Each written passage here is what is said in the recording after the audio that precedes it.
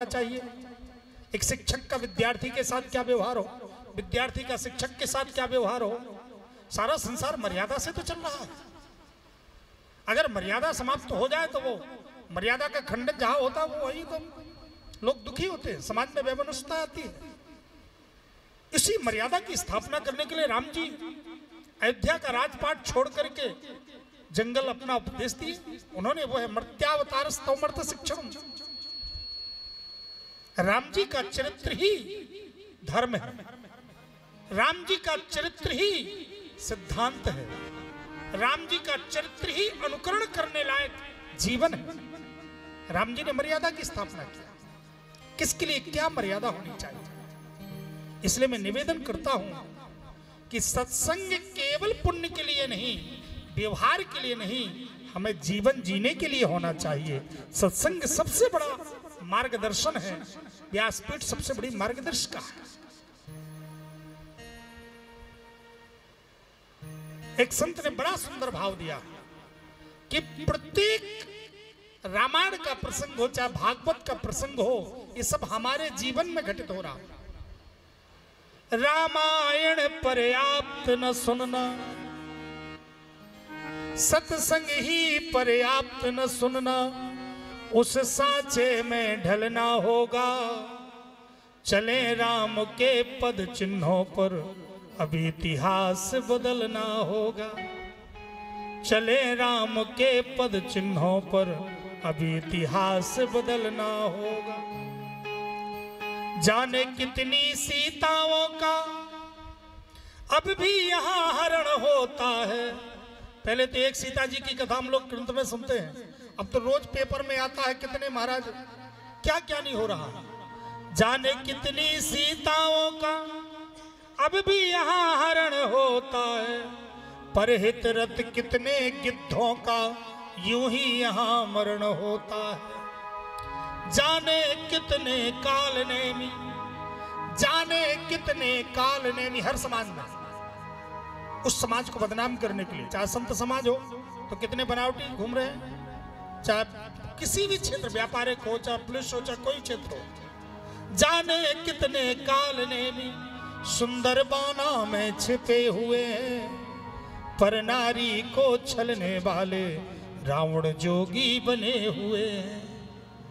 हमें कहीं पथभ्रष्ट न कर दे, हमें कहीं पथभ्रष्ट न कर दे, इनसे प्रथम निपटना होगा। चले राम के पद चिन्हों पर, अब इतिहास बदलना होगा। चले राम के पद चिन्हों पर, अब इतिहास बदलना होगा।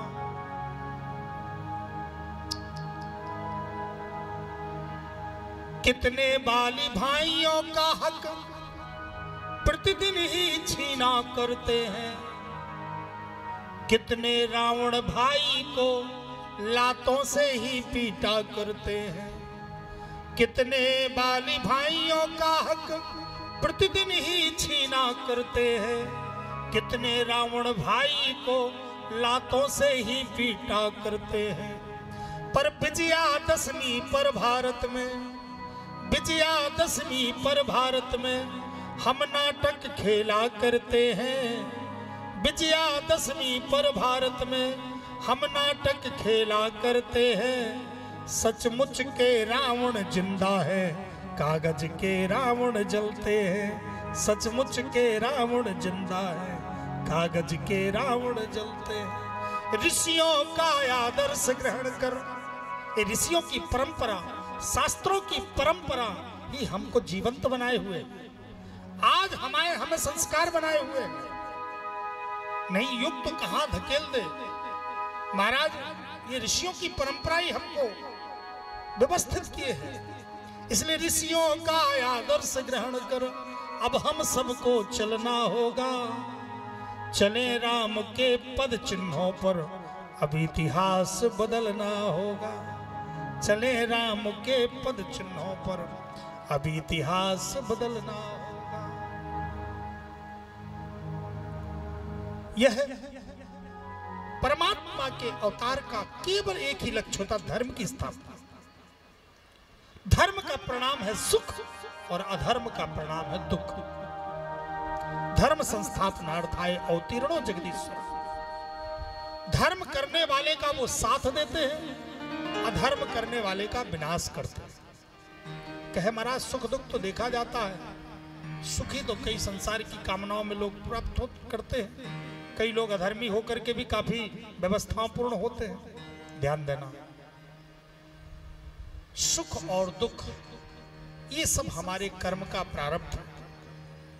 ये तो कोई ना भी पूजा करे ना भी पाठ करे तो भी जिसके जो भाग में हो मिलेगा। ये हम समझते हैं कि भगवान, मैंने पुनः निवेदन किया, हम कृपा को केवल इतना ही समझते हैं, फोर व्हीलर आ गई हमारे ऊपर, बड़ी कृपा हो गई, फोर व्हीलर आ गई, बड़ी कृपा हो गई, प्लाट ले लिया, बड़ी कृपा हो गई, कोठी बन गई, बड़ी कृपा हो गई भगवान की, बहुत कृपा है महाराज। क्या है?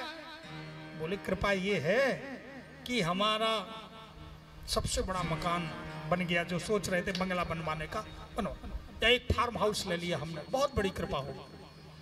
कृपा का ये आकलन नहीं है। ये तो पापी के घर में भी होता है, ये माफियाओं के घर में भी होता है, ये दुष्टों के घर में भी होता है, चोरों के घर में भी हो सकता है, लुटेरों के घर में भी हो सकता है। फिर उनमें और हम में अंतर क्या रहा?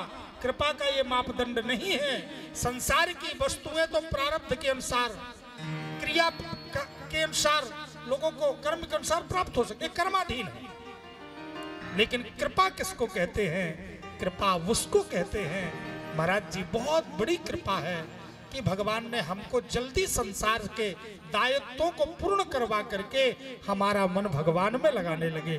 भगवान हमें कृपा करके अपनी तरफ खींच लिए, ये भगवान की कृपा। जितनी जल्दी संसार के दायित्व पूर्ण हो जाए ये समझना कृपा। हम फंसे हैं समझना भी कृपा नहीं है। कृपा जितनी जल्दी पूर्ण हो जाए, भगवान ने सुरक्षित बढ़िया सब व्यवस्थित कर दिया, सब निश्चिंत है। हमारे भगवान ने अपना बस उनमें ही हमारा मन लगता है, कृपा करते, बड़ी कृपा है, इसको कृपा कहते हैं। तो भगवान जिस पर कृपा करते हैं उसका मन अपने चरणों में लगाते हैं, उसके जीवन के जो दायित्व है उसको पूर्ण कर देते हैं। धर्म की स्थापना के लिए परमात्मा का अवतार होता है, तब तक वो इस धराधाम पर रहते जब तक धर्म की स्थापना ना हो, और इसलिए वो परमात्मा अवतरित होते हैं, वैकुंठ छोड़ करके भी आते हैं। धर्म संस्थापनार्थाय अवतीर्णो जगदीश्वर। भगवान कृष्ण, देखो अधर्म पर कोई भी चलेगा, भले भगवान को मानने वाला क्यों नहीं होगा, भीष्म पितामह जी मानने वाले थे, लेकिन अधर्म का साथ दिया उन्होंने। भले जुआ खेले ना खेले, पर जुआरी के साथ पकड़े जाओगे तो तुम जुआरी ही माने जाओगे। चोरी करो चाहे ना करो, पर चोर के साथ पकड़े जाओगे तो चोर ही माने जाओगे। शराब पियो चाहे ना पियो, पर शराबियों के साथ बैठे हुए हो तो शराबी ही माने जाओगे। ऐसा ही निश्चय होता है, धर्म का साथ देने वाला भी धर्मी होता है और अधर्म का साथ देने वाला भी अधर्मी कहलाता है। यही सुनिश्चित है। यही भगवान ने धर्म की स्थापना किया, महाभारत जैसे युद्ध को पूर्ण किया, धर्मराज को राजा बनाया। धर्म संस्थापनार्थाय अवतीर्णो जगदीश्वर। उस जगदीश्वर का अवतार ही धर्म की स्थापना के लिए होता है। धर्म का परिभाषा क्या है? मैं एक बात निवेदन करता हूँ। पूजा पाठ तो एक लेसन है, जैसे एक बहुत बड़ी बुक्स का एक पाठ होता, अध्याय होता। पूजा पाठ तो हम अपने आत्म कल्याण के निमित्त, आत्मिक ऊर्जा के निमित्त करते हैं और करना ही चाहिए भगवान से कनेक्टिंग के लिए।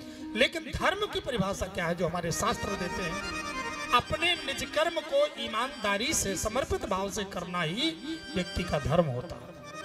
अगर शिक्षक ईमानदारी से पढ़ा रहा है तो वो धर्म का पालन कर रहा है, और वो सोचे कि हमें वेतन तो मिल ही रही है, बच्चे तो है नहीं स्कूल में, या पढ़ना है ना, कौन पढ़ने वाला, सरकारी वेतन तो मिल ही रही, और माला उठाए सीधे सीताराम करता रहे, ना पढ़ाए, भले वो पूजा कर रहा, माला जप रहा, ध्यान देना, या सोचे स्कूल में ना जाए क्या करना, तो वो भी धर्म नहीं कहलाएगा, फिर वो अधर्म की संज्ञा कहलाती है। क्योंकि अपने निज कर्म को पूर्ण करने के पश्चात फिर हम जो कार्य करें साधना, वो कहलाती साधना, निज कर्म को।